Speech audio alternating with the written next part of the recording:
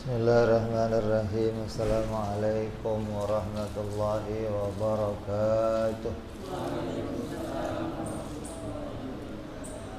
Al-Fatihah ila ruhi Sayyidina Habibina Syafi'ina Rasulillah Sayyidina Muhammad ibn Abdullah sallallahu alaihi wa ala alihi wa ashabihi wa azwajihi wa dhurriyyatihi Inna Allah yu'ali darajati bil jannah wa yanfa'una bi asrarihim wa anwarihim wa ulumihim wa nafahatihim wa barakatihim fid dini wa dunya wal akhirah wa yaj'aluna min hisbihim wa yarzuquna mahabbatahum wa yatawaffana ala millatihim wa yashuruna fi zumratihim bil afiyatin wa salamatin lahumul Fatihah.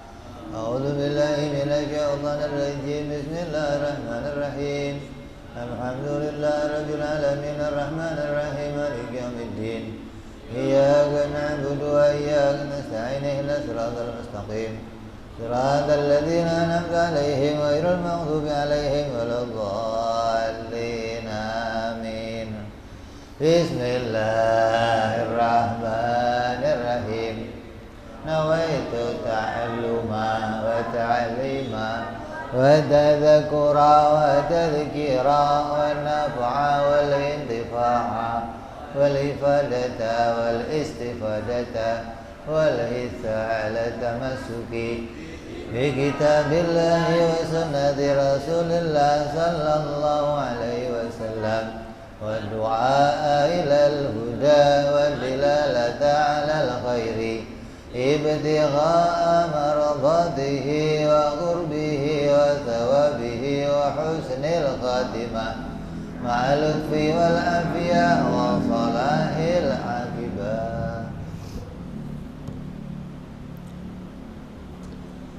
Bismillahirrahmanirrahim. Alhamdulillahirabbil alamin. Wassalatu wassalamu ala asyrafil anbiya'i wal mursalin Sayyidina wa habibina wa syafi'ina wa maulana Muhammadin wa ala alihi wa sahbihi ajma'in. Amma ba'du, qala musanniful kitab Hadrat Syekh Imam Ahmad ibn Atha'illah rahimahullah wa nafa'ana bihi wa bi'ulumihi fid darain. ثم إلى شرح شيخ شرح صالح بن عمر دارد رحمه الله ونفعنا به وبعلومه في الدارين. اللهم افتح قلوبنا فتوح العارفين وبحكمتك وانصر علينا برحمتك يا أرحم الراحمين. Bila engkau sampai hikmah berapa?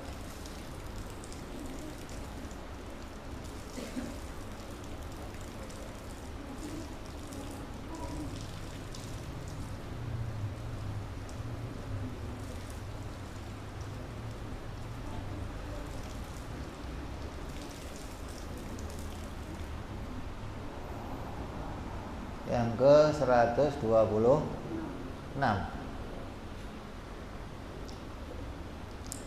Innama ja'alaha mahallan lil aghbar wa ma'dinan lil aqdar tazhidan laka fiha. Sungguhnya Allah Subhanahu wa ta'ala menjadikan dunia ini sebagai tempat kerusakan dan sumber kerusuhan untuk menjemukan kalian terhadap dunia. Itu artinya. Apa penjelasannya? Sungguhnya Allah menjadikan dunia sebagai tempat bersedih, sakit, miskin, berantem, terluka, bermusuhan, segala macam kepahitan terjadi di dunia. Apa hikmahnya? agar engkau benci dunia dan berpaling dari dunia.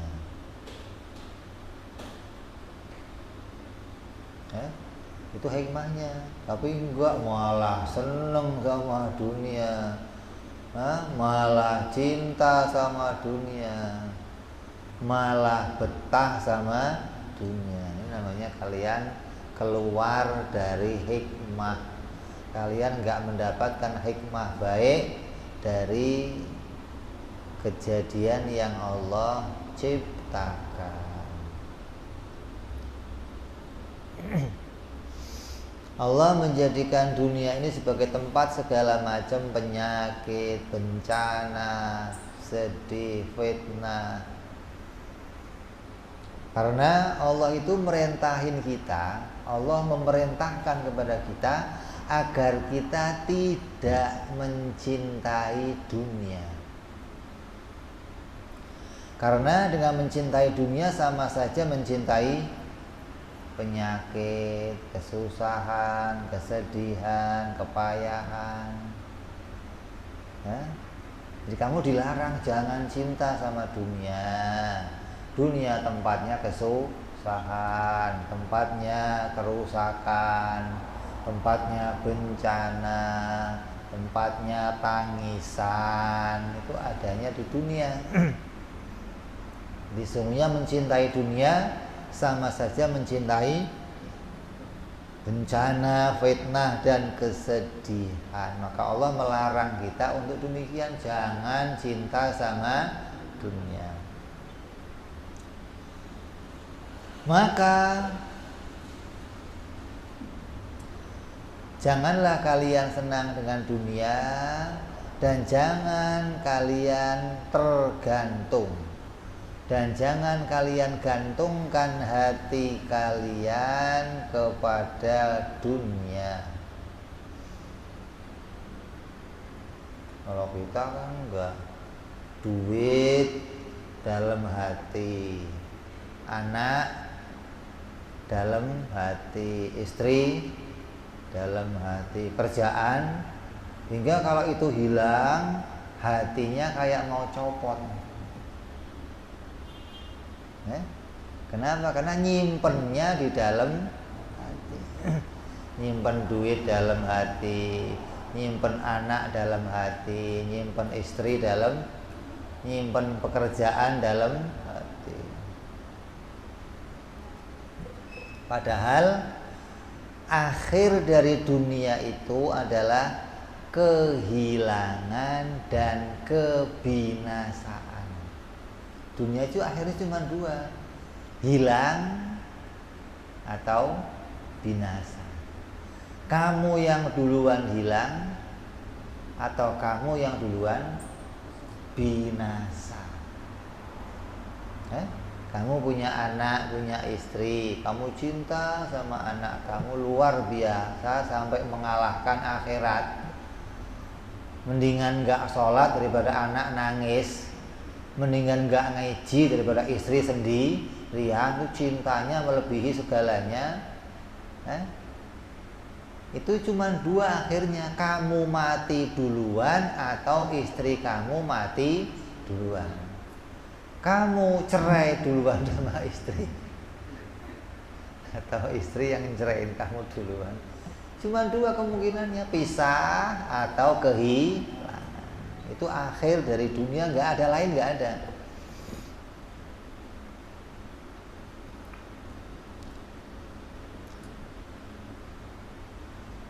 Dan karena dunia itu sangat mengganggu dan menyibukkanmu hingga akan melupakanmu kepada Allah, maka Allah melarang kalian untuk cinta dunia. Gitu loh.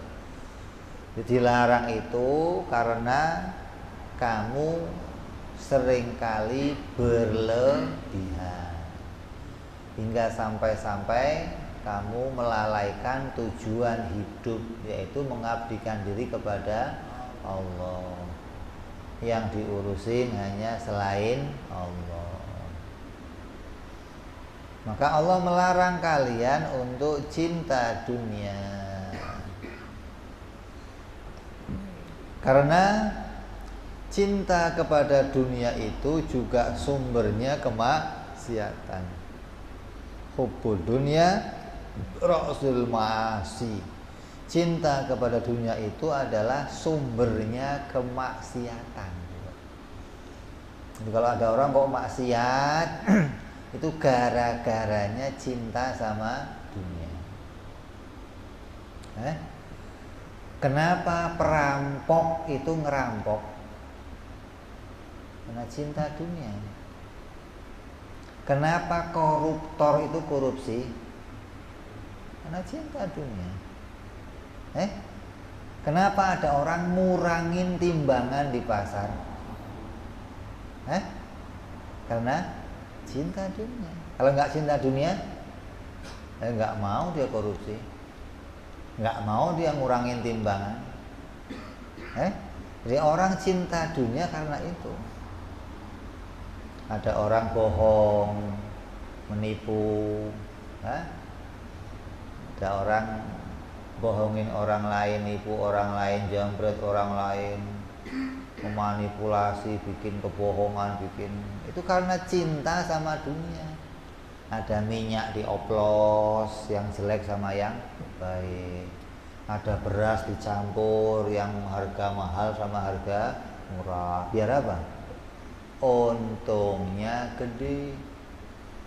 Kenapa cari untung gede? Cinta dunia. Ya.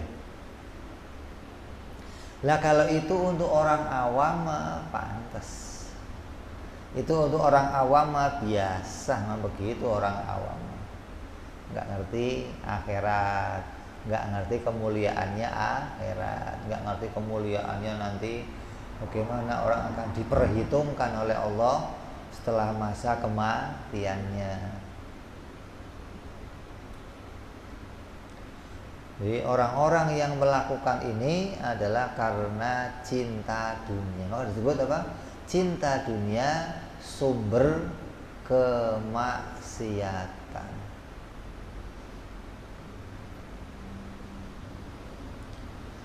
Nabi SAW bersabda, siapa yang mencintai dunia akan rugi akhiratnya. Kenapa? Karena dunia dan akhirat itu seperti barat dan timur, tidak bisa kita datangi bersamaan. Kalau kamu kok milih datang ke dunia, pasti kamu ninggalin akhirat. Kalau kamu ninggalin dunia, pasti kamu mendatangi akhirat. Karena dua ini kayak kutub utara sama kutub selatan, nggak bisa dijadikan satu. Artinya tujuan kamu harus salah satunya.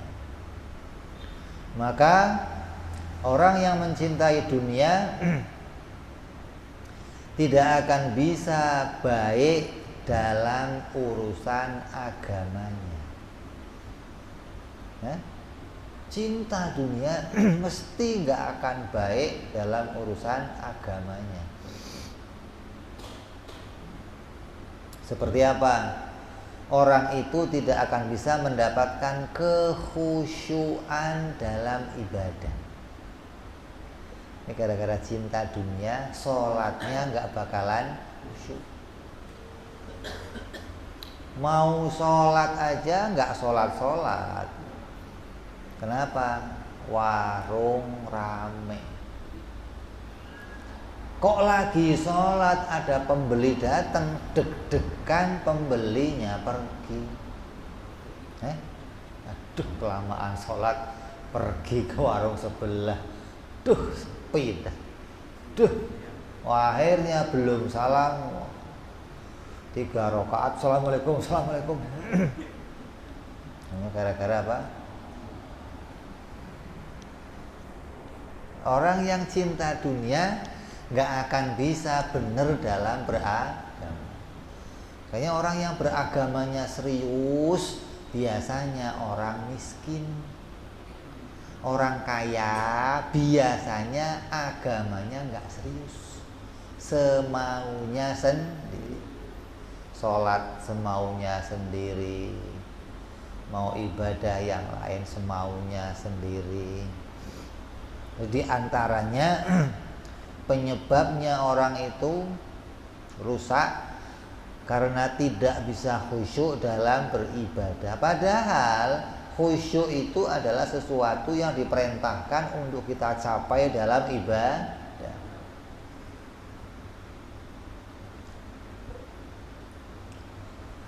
Khusyuk, apa khusyuk itu? Khusyuk itu buah dari zuhud. Apa zuhud itu?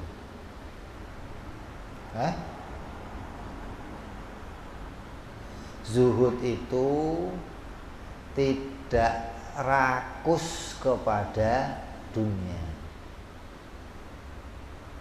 Zuhud itu tidak cinta kepada dunia. Maka hasilnya orang yang gak cinta sama dunia bisa menghasilkan pada dirinya khusyuk dalam beribadah.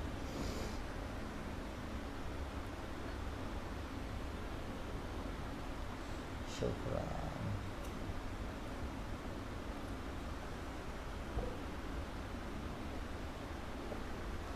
Maka zuhud itu tidak cinta dunia. Lalu bagaimana bisa zuhud kalau masih cinta dunia?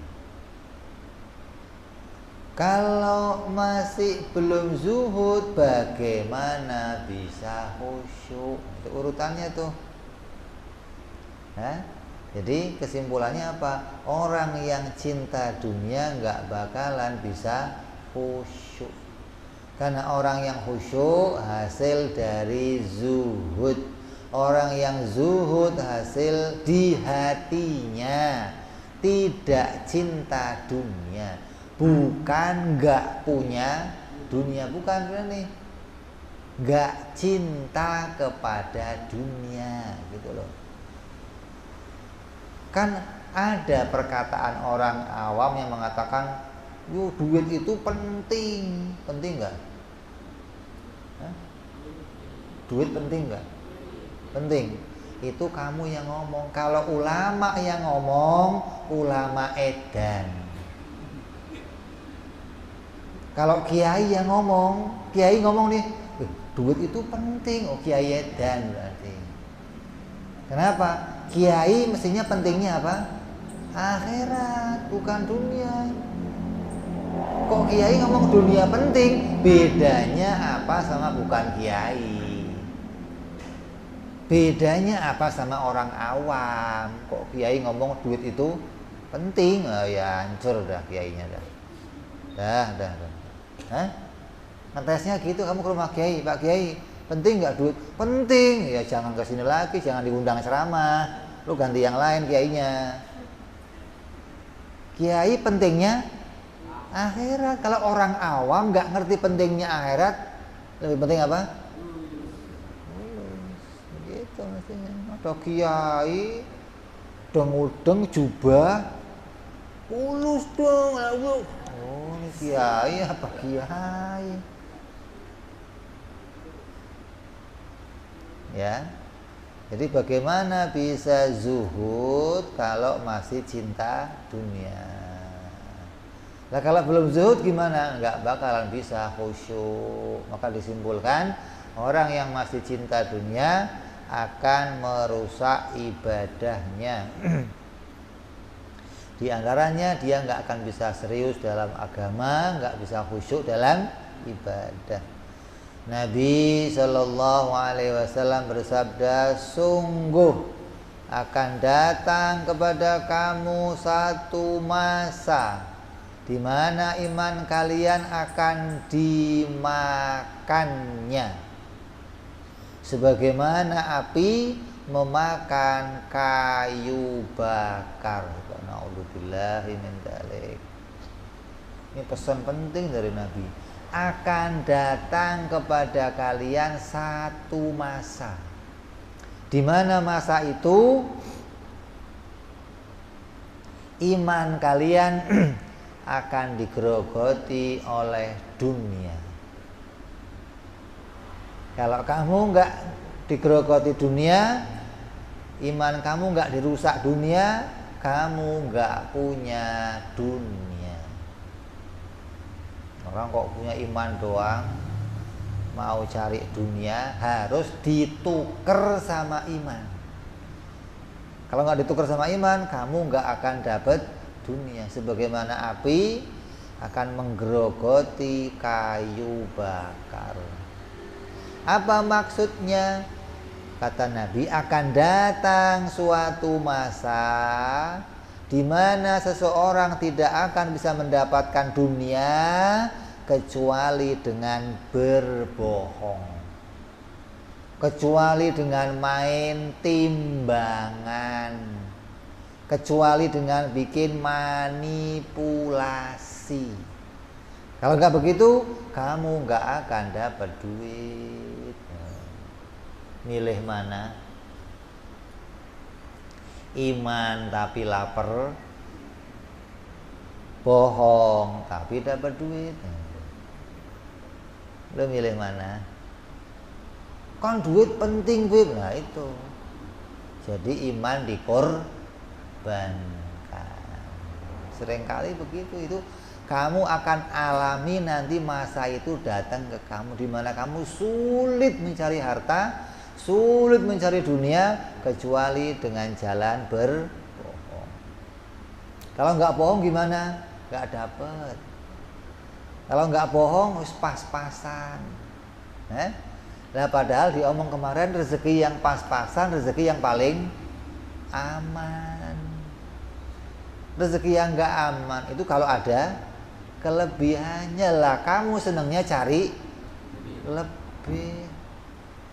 Walaupun harus menggadaikan iman, yang penting ada lebihannya. Kalau enggak gimana?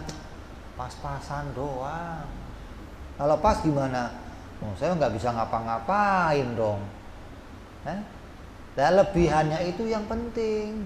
Bisa buat kesono, bisa buat kesono, gara-gara ada lebihannya. Nah ini. Ya, jadi kamu akan datang masa itu nanti di mana kamu sulit untuk beragama dengan benar. Kenapa? Lingkungannya semua begitu. Kayak kamu udah kerja di kantor, sekantor korupsi semua, kamu doang yang nggak korupsi, diapain kira-kira? Diusir, dikeluarin. Lo orang suci, keluar. Di sini khusus orang-orang kotor. Jadi nggak mau kalau sekelompoknya kok bersih semua, ada satu korupsi, yang korupsi diusir. Kok semua korupsi, semua yang nggak korupsi? Kamu akan datang masa itu nanti. Kok ada pejabat pemerintah jujur gitu, 2 hari doang umurnya. Langsung ini masa ini akan datang pada umat Islam. Mudah-mudahan kita terlindung dari segala macam fitnahnya dunia. Berkata ulama,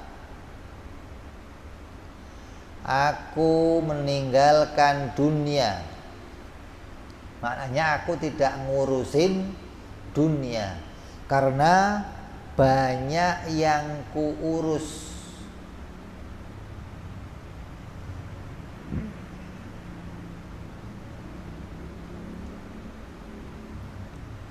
Aku meninggalkan dunia karena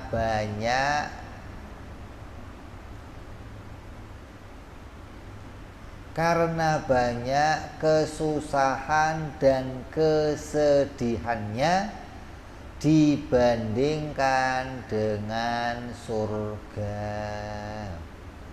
Ini ulama. Duit nggak penting.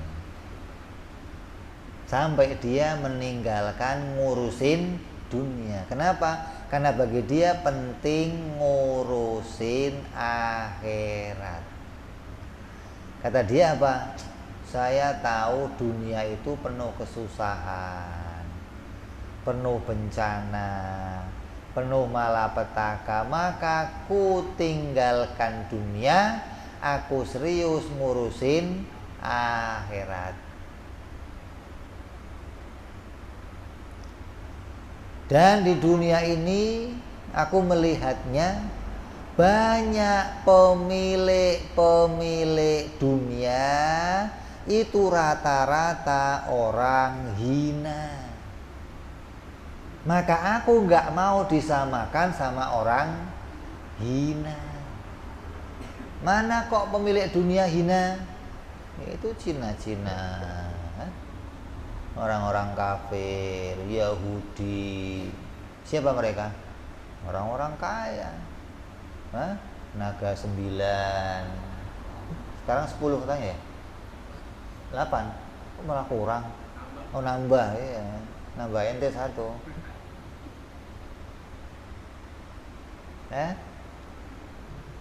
Orang-orang kafir, orang-orang fasik, orang-orang murtad, mereka semua kaya-kaya. Kata ulama ini apa?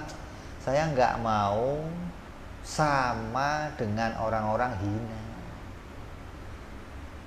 Jadi prinsipnya ulama itu harus nggak sama orang-orang yang hina. Kata Imam Ghazali apa?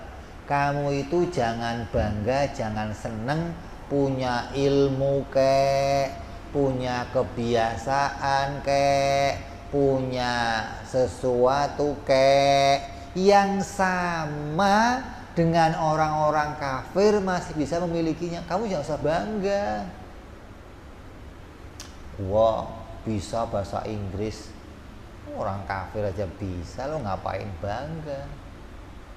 Gua bisa beli mobil, itu orang kafir bisa beli mobil, nggak usah dibanggain. Bangga itu yang orang lain nggak bisa mendapatkannya, dan di situ ada keridhoannya Allah. Kamu bangga pantas di situ. Bangga sama sesuatu yang masih banyak orang lain punya, dan yang punya itu rata-rata orang-orang hina. Lah mau kamu banggain apa? Kayak tadi punya harta, kok bangga? Punya harta kok bangga? Kenapa? Yang bangga dengan punya harta banyak orang-orang kafir yang punya harta.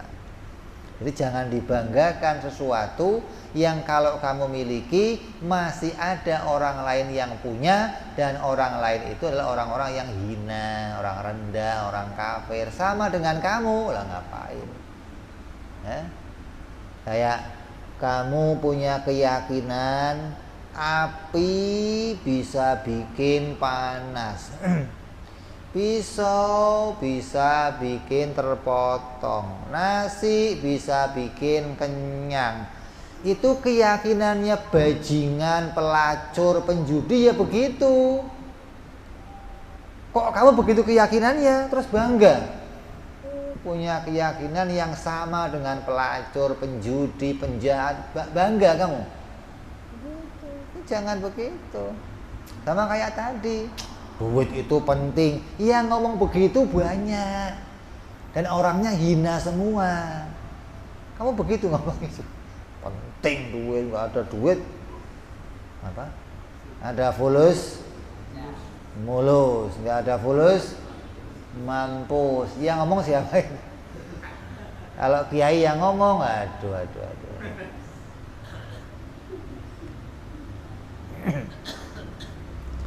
Sampai-sampai kita diingatkan Allah berpesan pada dunia. Nabi ingatkan kita nih, ada hadis qudsi, firman Allah kepada dunia. Allah berpesan apa? Hai dunia, berbaktilah kamu, mengabdilah kamu, perhatikanlah olehmu orang-orang yang berbakti kepadaku. Ini pesannya Allah kepada dunia. Kamu perhatiin dunia, kamu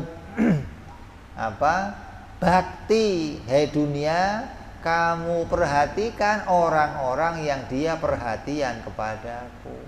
ngabdi kepadaku, ngurusin aku, maka urusin dia, perhatikan dia, berbaktilah kamu kepada dia.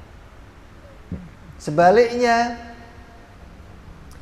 maka berlarilah kamu, hai dunia, dari orang-orang yang berlari dariku, yang enggak berbakti padaku, yang enggak taat padaku. Maka janganlah kamu urusin dia.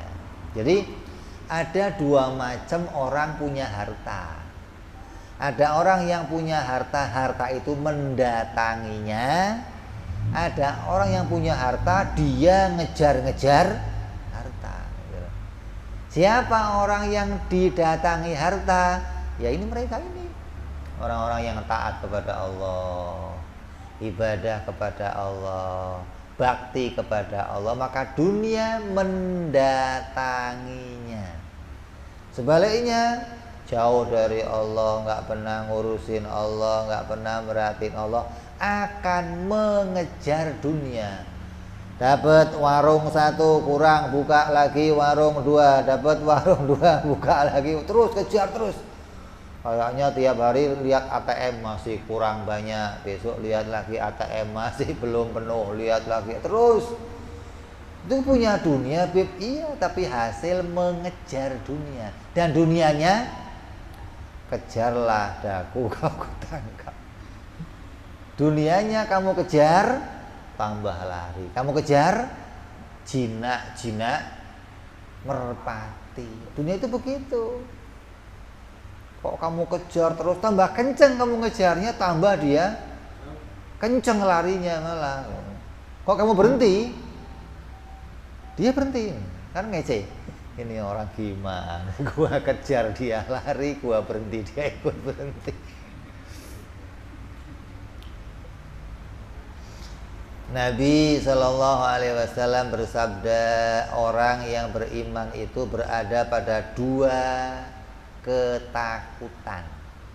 Orang beriman itu punya dua rasa takut. Yang pertama, ketika dia melihat masa lalu, dirinya takut. Apa yang dia takuti? Bagaimana ibadahku diterima enggak sama Allah? Dosa-dosaku diampuni enggak sama Allah? Itu orang mukmin khawatir. Karena orang mukmin sudah ibadah, sudah taat, sudah ngelakuin kebaikan, terus dia berkata, ya Allah, apakah ketaatanku itu akan diterima oleh-Mu ya Allah? Atau sebaliknya, dia telah maksiat, dia telah berbuat jahat, lalu dia bertaubat, khawatir, ya Allah, apakah taubatku Engkau terima ya Allah? Ini kekhawatiran yang pertama. Kekhawatiran yang kedua, ketika melihat masa depan, dia juga takut, apakah saya akan husnul khotimah, apakah matinya akan baik, apakah akhirnya akan baik, apakah akan diakhiri dengan membawa iman Islam. Itu kekhawatirannya orang-orang mukmin. Yang telah lalu dia khawatir diampuni apa enggak, diterima atau enggak. Yang ke depan dia khawatir apakah bisa akhirnya jadi orang baik. Maka hendaklah orang yang beriman ketika dalam keadaan demikian, dia mencari bekal.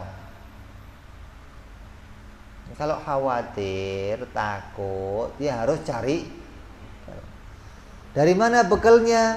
Baik dari dirinya sendiri untuk dirinya. Cari bekal dari dirinya untuk kepentingan dirinya sendiri.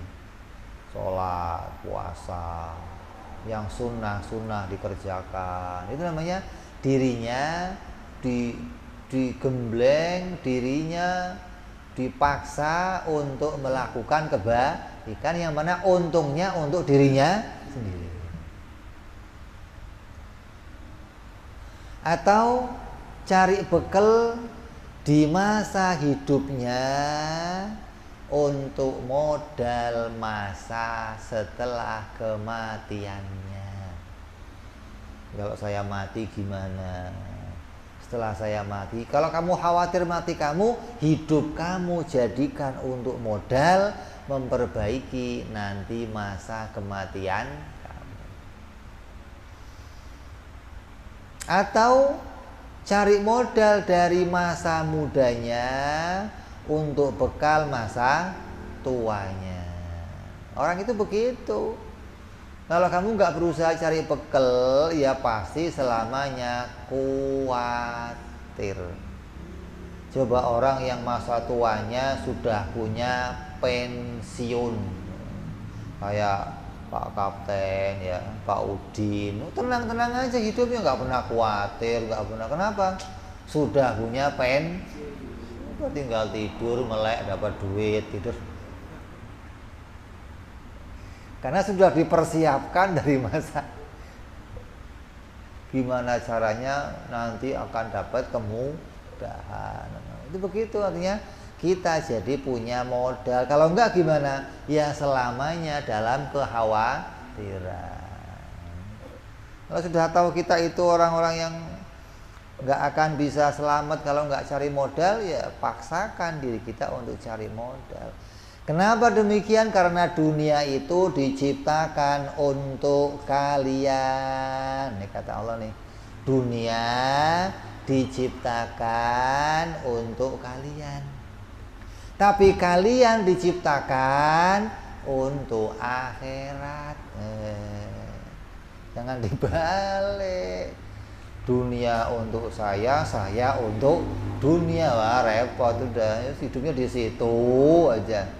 Jadi kamu cari dunia. Kenapa? Karena dunia itu dibikin buat kamu, tapi kamunya dibikin untuk akhirat. Bukan di dunia betah aja. Gua mau betah di sini loh. Asik.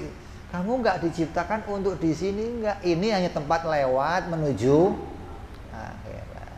Tujuan kita adalah sampai ke akhirat. Maka berkata sebagian ulama, jadikanlah dunia itu menjadi alat untuk ibadah, dan jauhi dunia yang tidak membawa keuntungan ibadah. Jadikan dunia sebagai modalnya ibadah. Memang tidak ada satupun berita yang melarang seseorang untuk jadi orang kaya, nggak ada. Dunia itu apa sih? Kamu jangan anggap dunia itu ini enggak.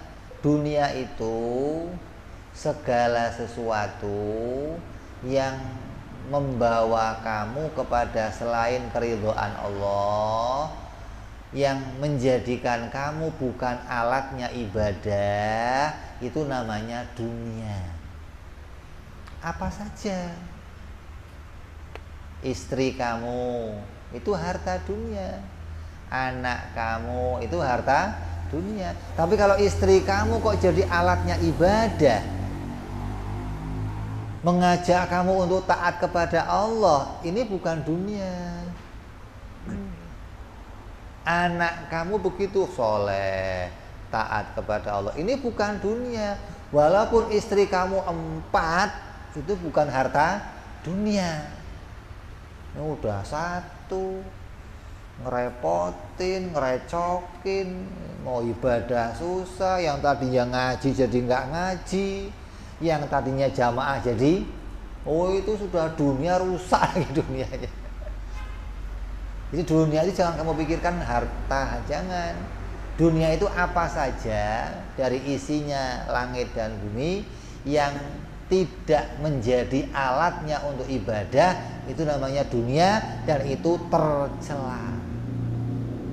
Tapi kalau itu jadi alatnya ibadah, tidak dihitung dunia. Mobil kamu 10, satu buat ngaji, satu buat jemput tamu, satu buat sumbang kiai, satu buat, nggak ada yang dunia, nggak ada itu.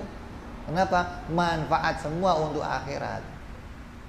Punya rumah 5, satu diwakafkan untuk pengajian, satu untuk yatim piatu, satu untuk pondok pesantren, satu untuk orang-orang yang terlantar. Ya nggak ada dunia, semua akhirat semua itu. Jadi jangan kamu anggap dunia itu pokoknya ya yang di sini dunia semua, enggak.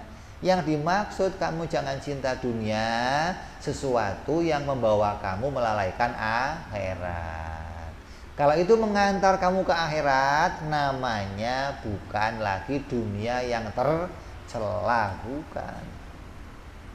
Jadi nggak ada perintah dalam agama, Quran, hadis, jangan kalian jadi orang kaya, nggak ada. Kalau ada larangan jadi orang kaya, yang pertama dilarang siapa? Nabi Sulaiman dilarang jadi orang. Nyatanya nggak dilarang, Nabi Sulaiman tetap jadi orang paling. Jadi pejabat juga nggak ada larangan. Kalau ada larangan jadi pejabat, yang pertama dilarang siapa? Nabi Dawud, Nabi Yusuf.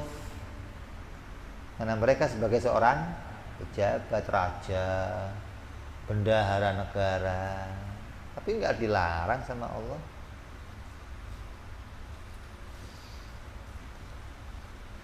Tapi dunia itu dilarang.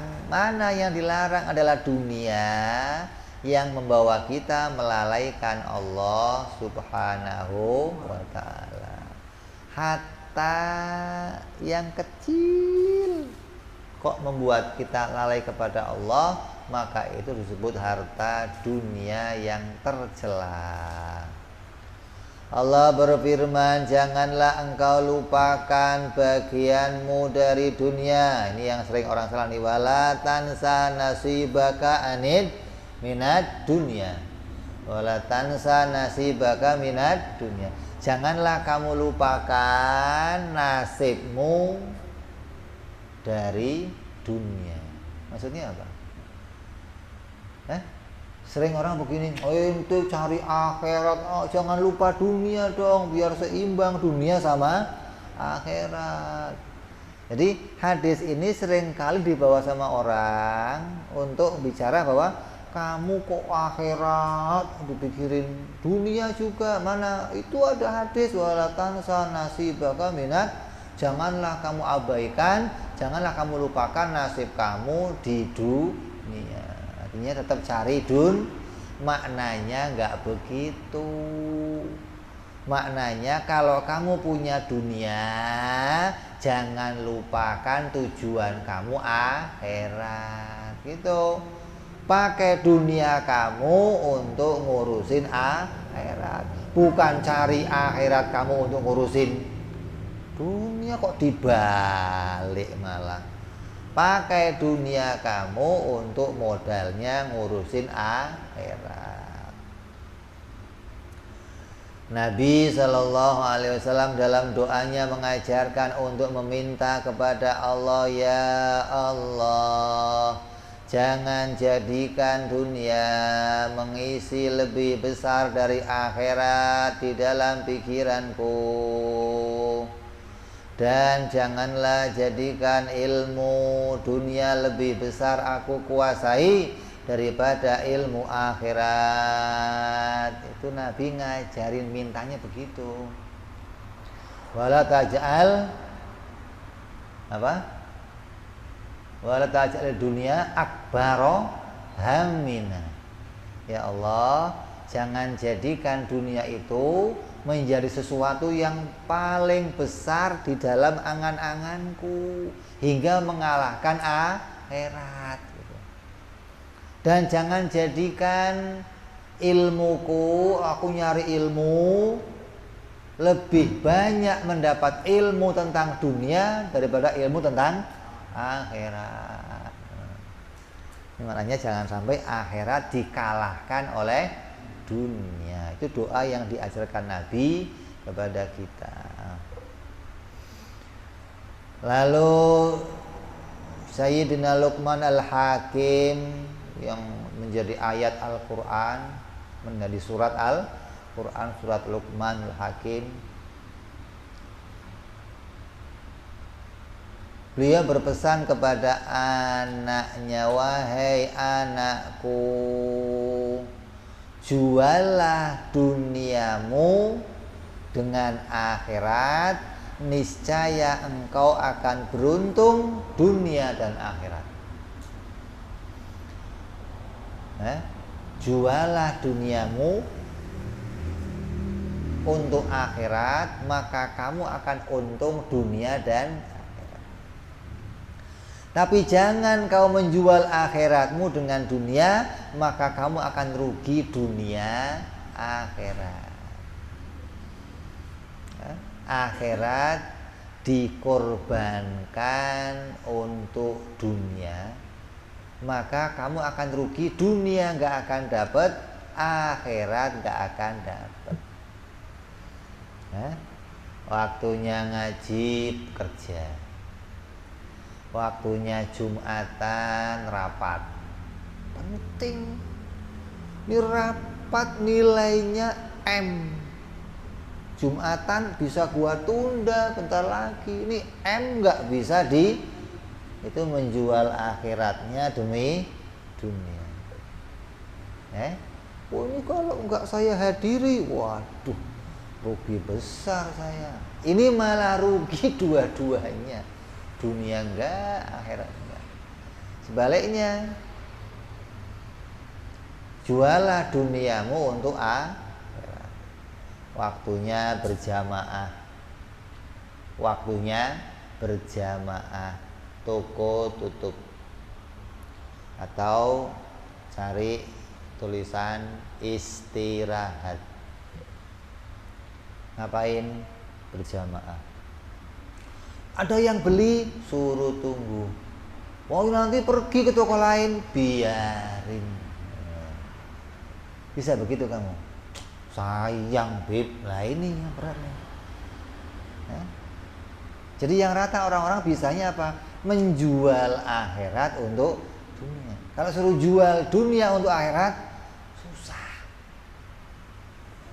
Kenapa? Karena duit itu penting. Nah, itu yang repot, masih pakai prinsipnya perampok, masih prinsipnya pelacur, masih pakai prinsipnya mucikari, masih pakai prinsipnya penjudi. Apa? Duit itu penting.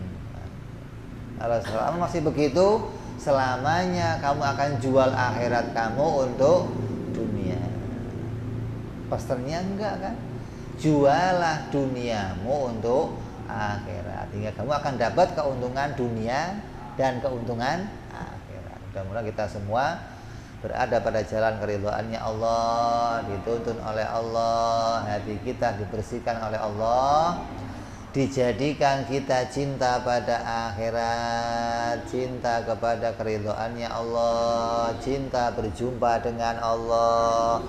Dan jadikanlah kita semua ya Allah menjadi orang-orang yang senantiasa perhatian kepada agama, perhatian kepada akhirat, perhatian pada keridhaannya Allah, hingga kita selamat dunia sampai akhirat nanti. Amin ya rabbal ala hadhihi niyyah wa ala niyatin shalihah wa ila hadratin nabi. Al-Fatihah. A'udzu billahi minasyaitonir rajim. Bismillahirrahmanirrahim. Alhamdulillahi rabbil alamin arrahmanir rahim maliki yaumiddin. Iyyaka na'budu wa iyyaka nasta'in ihdinas siratal mustaqim siratal ladzina an'amta 'alaihim ghairil maghdubi 'alaihim waladdallin. Amin. Ya Rabbana i'tarafna